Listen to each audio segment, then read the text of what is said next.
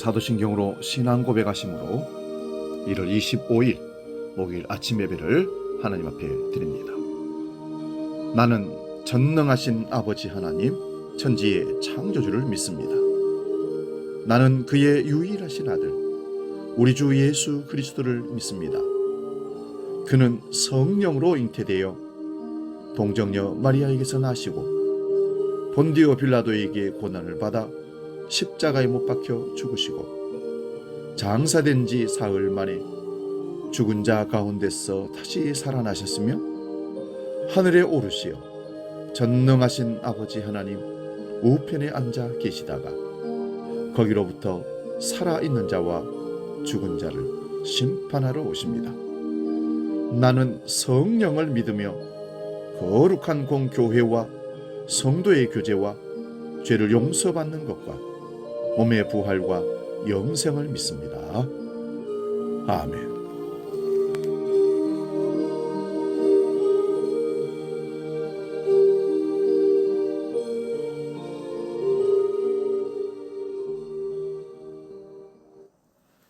찬송가 272장 고통의 멍에 벗으려고 함께 찬송합니다.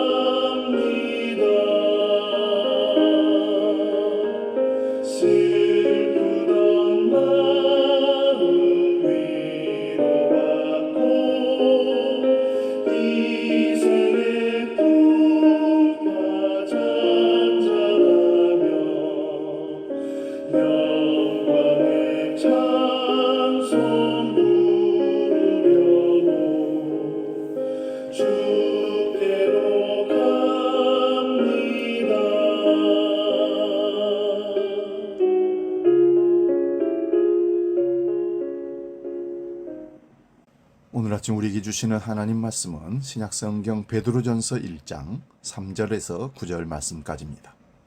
신약성경 377면에 있습니다. 이 말씀 봉독할 때에 살아계신 주님의 음성을 들을 수 있기 바랍니다.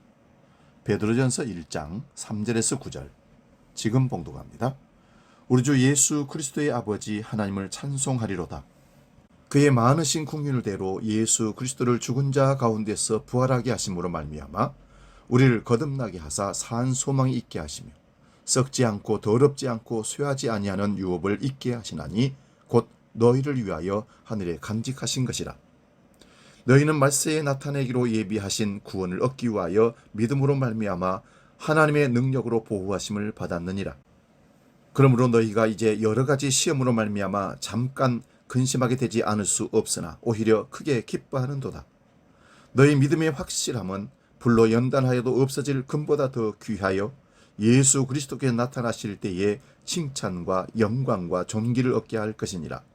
예수를 너희가 보지 못하였으나 사랑하는도다.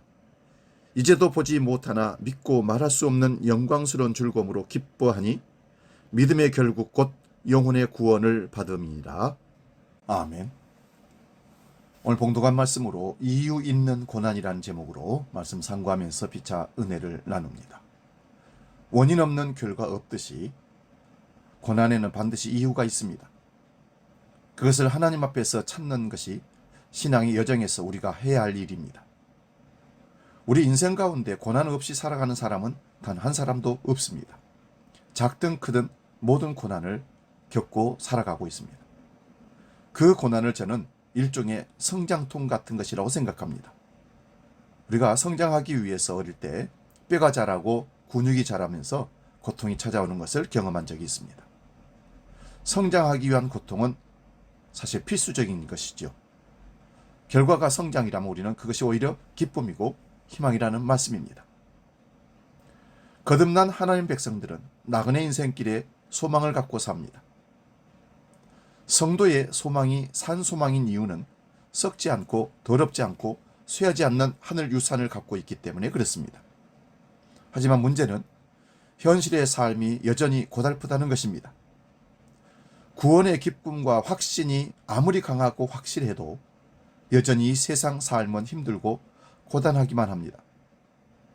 오늘 본문에서 베드로 사도는 하나님의 백성이 하늘 상급을 바라보며 소망을 갖고 살아감에도 불구하고 고난을 피할 수 없는 이유를 자세하게 설명합니다. 왜 우리가 세상에서 고난을 겪습니까? 6절 7절을 보면 우리의 믿음의 연단을 위해서 그렇게 한다는 것입니다. 모든 사람은 살아가는 동안 영혼의 어두운 밤이라는 고난의 기간을 통과합니다. 왜 성도에게 고난을 허락하시는 걸까요?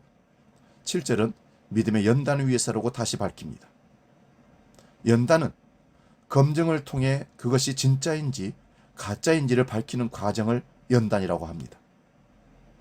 믿음의 연단은 고난이라는 과정을 통해 진짜 믿음이 확인된다는 사실입니다. 시련이라는 용광로를 통해 드러내는 것이 참 믿음이기에 믿음이 거치는 불가피한 검증의 과정이 연단이라는 사실입니다. 위기나 시험이 다가와서 충격을 주기 전에는 그 속에 무엇이 들어있는지 솔직히 전혀 알 수가 없습니다.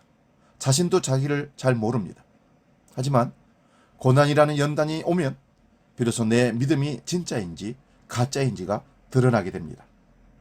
그래서 하나님 앞에 순전하고 성숙한 자로 서게 하기 위해서 연단을 주시는 겁니다. 고난을 통해 우리가 얻는 유익이 그럼 무엇입니까? 우리의 소속이 어디인지 확인된다는 사실입니다. 거듭났다는 말은 세상에 반응하는 옛사람은 죽고 하나님에 대한 반응이 살았다는 것을 의미하고 생명이 없던 말 그대로 무생명으로 살아갔던 육체적인 생물학적 삶에서 영원의 생명이 있는 진짜 삶으로 살아가는 것입니다. 예수님을 믿기 전에는 하나님께 반응하지 않고 세상에 반응하며 살아왔습니다. 영원히 죽어있기 때문에 그렇습니다. 그런데 이제는 반대가 된 것입니다. 세상 편에서 하나님 편이 된 것입니다. 소속이 바뀐 것이죠. 예수님이 말씀하시기를 우리가 이 세상에 고난과 어려움을 당하는 이유가 우리가 세상에 속한 자들이 아니고 세상으로부터 구별되도록 택함받은 하늘에 속한 하나님의 백성들이기 때문에 그렇다는 것입니다.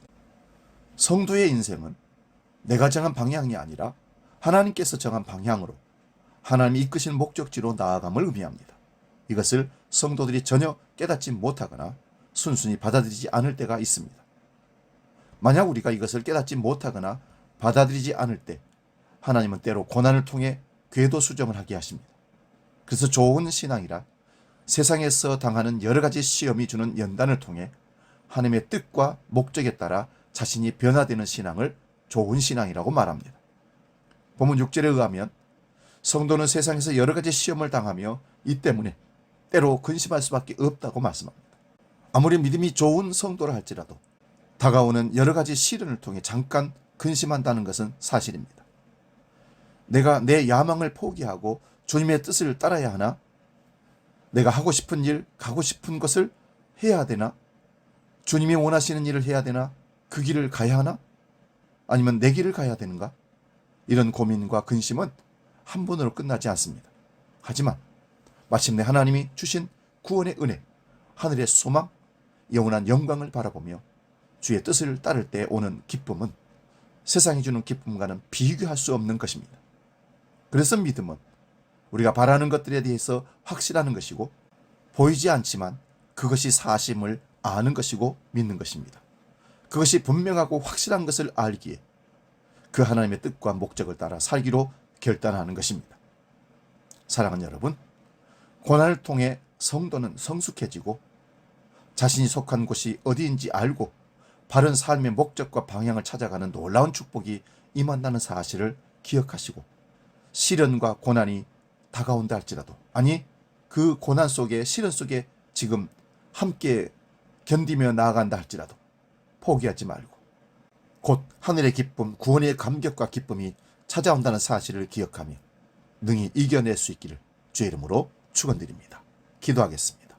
살아 역사하시는 아버지, 고난에는 반드시 이유가 있다는 사실을 깨닫고 성도에게도 살아가면서 하나님을 의지하고 믿음의 길을 가지만 시련과 고난은 반드시 찾아온다는 사실을 깨닫고 그 이후에 이겨내면 구원의 감격과 기쁨이 더 크다는 사실을 바라보며 견디며 승리할 수 있도록 우리를 깨우쳐 주시고 성령으로 이끌어 주시옵소서.